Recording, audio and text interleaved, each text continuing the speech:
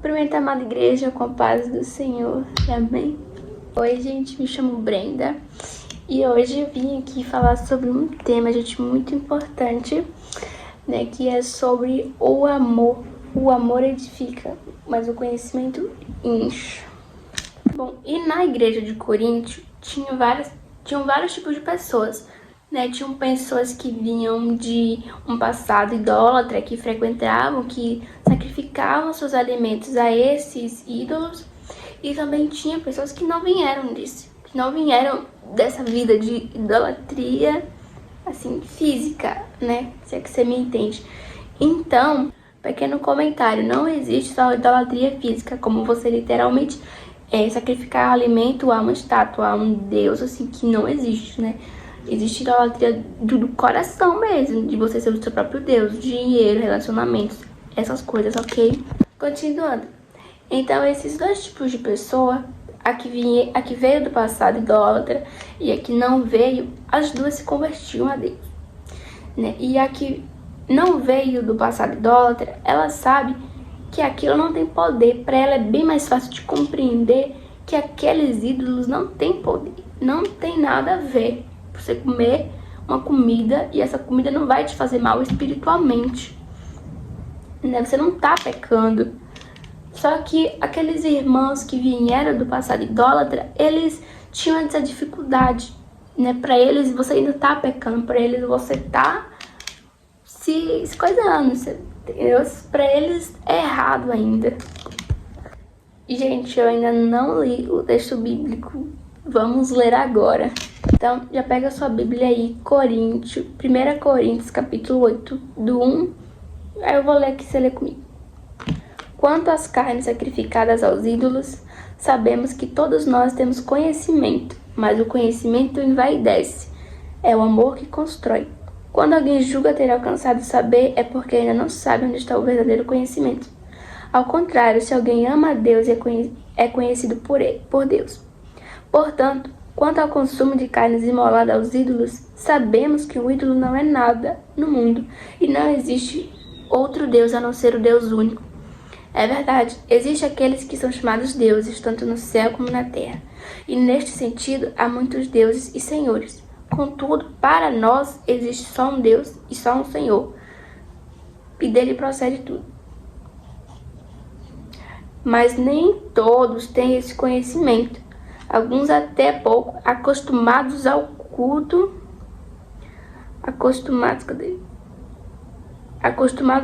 dos ídolos, comem carnes sacrificadas, como se realmente fosse sacrificada aos ídolos, e a consciência deles, que é fraca, fica manchada. Não são os alimentos que nos aproximam de Deus.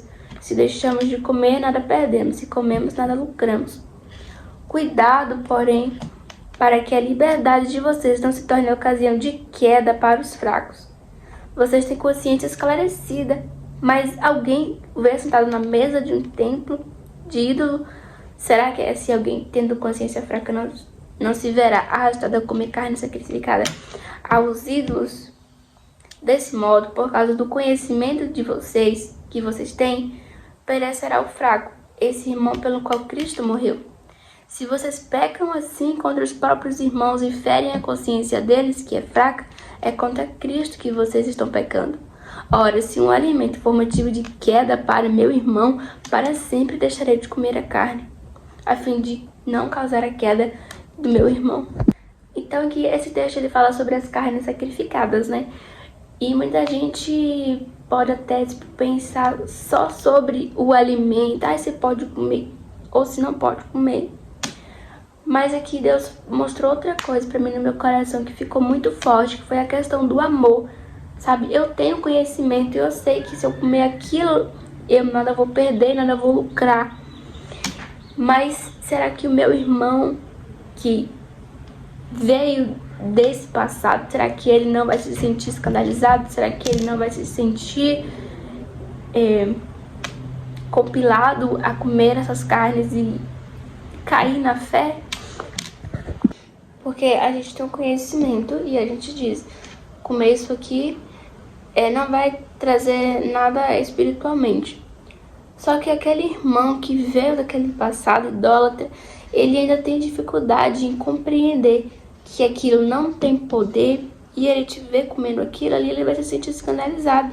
Sabe, aquilo ali não vai edificar a fé dele, aquilo vai trazer dúvidas para ele, né? Vai mexer ali com a fé dele, vai mexer com o que ele tá acreditando a partir de agora, né? E isso não edifica. Nós temos liberdade para agir de acordo com o que nós acreditamos. Só que aí a minha liberdade que eu tenho no conhecimento de saber que essas comidas, que essas coisas não vão ter impacto espirituais, e eu tenho liberdade de agir conforme isso. Só que eu sei que tem irmãos que não estão firmes na fé, eu sei que tem irmãos que estão aprendendo sobre isso, então eu vou lá e faço mesmo assim, só porque eu sei que não vai ser pecado, mas vai ser pecado sim, porque a mancha, porque vai manchar a consciência do meu irmão, vai ferir a fé dele, então isso é pecado. De acordo com a Bíblia, não é pecado beber bebida alcoólica, porque o pecado é se embriagar, né? Só que eu sei que tem irmãos que tem problema com a bebida, e na cabeça deles é pecado beber qualquer tipo de bebida alcoólica em qualquer quantidade. Então, se eu tô com eles lá, eu sei que também eles têm problema com a bebida, e eles também têm esse pensamento, eles ainda não estão firmes na fé, eles ainda não têm o conhecimento de saber que beber um vinho moderadamente dentro de sua própria casa não é pecado. Então, quando eu tô com ele, eu vou e faço isso, aí ele vai pensar, falar, então não é pecado? Então pode? Então eu vou voltar a beber? Né? Então eu vou fazer ele se sentir tentado e retornar às velhas práticas? Onde é que está o amor? Tem conhecimento, mas o amor ficou aonde? Sumiu. Então o problema central aqui não é se pode ou se não pode, é se isso vai edificar o meu irmão ou se isso não vai, ou se isso vai mexer com a fé dele, mexer com a firmeza dele na fé em Jesus Cristo. Esse é o ápice para mim aqui nesse texto. É de não é mais, é pecado? Não é pecado? Pode, não pode? Não é mais sobre isso. É sobre se vai afetar a fé do meu irmão, é sobre se vai edificar o outro ou se não vai. Porque eu tenho conhecimento de saber que a bebida alcoólica em si não é pecado, mas o meu irmão ali ainda crê que beber bebida alcoólica é pecado e ele tem problema com a bebida alcoólica. Então quando eu tô lá perto dele, porque eu sei, eu falo, não, eu sei que não, eu sei que pode, que não é pecado, mas meu irmão ali não sabe. E me ver fazendo isso, ele vai pensar o quê? Ele vai se sentir escandalizado. Ele vai se sentir tentado a voltar às velhas práticas, ou seja, fui pedra de tropeço, porque fui orgulhosa, o conhecimento me deixou orgulhosa, para que eu não visse a necessidade do meu irmão, né? Para que eu abrisse mão daquilo. Então, se eu sei que no pleno uso da minha liberdade beber um vinho não é pecado, mas se o meu irmão ver aquilo e se sentir escandalizado e querer retornar às velhas práticas, então nunca mais beberei vinho, nunca mais comerei carne, se para algum irmão é pecado. Nunca mais, mesmo que para mim, mesmo eu sabendo que não há pecado nisso, se escandalizar ele, se fazer ele retornar às velhas práticas, se tornar pedra de tropeço na vida dele, nunca mais faça. Aqui um exemplo das músicas que eu me lembrei, né? Um exemplo, se pra mim, eu tendo conhecimento, escutar esse tipo de música secular não é pecado. Mas eu sei que tem um irmão que está lutando para parar de escutar músicas seculares, eu vou escutar uma música secular junto dele? Não vou, não vai, você não vai fazer isso. Então, para resumir esse vídeo, antes de fazer algo sabendo que é permitido, sabendo que não é pecado, nós devemos analisar com amor as consequências disso, tá?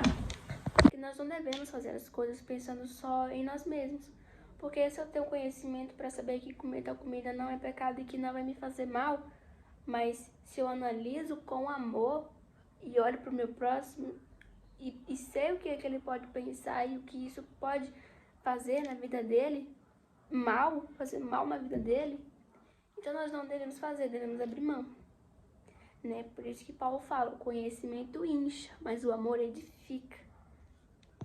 Então é isso, gente, que nós possamos olhar ao próximo com amor e não somente aquilo que nós queremos fazer, porque sabemos que pode, né? Que nós possamos analisar como isso vai interferir na vida do nosso próximo, se é bom ou se é ruim, né?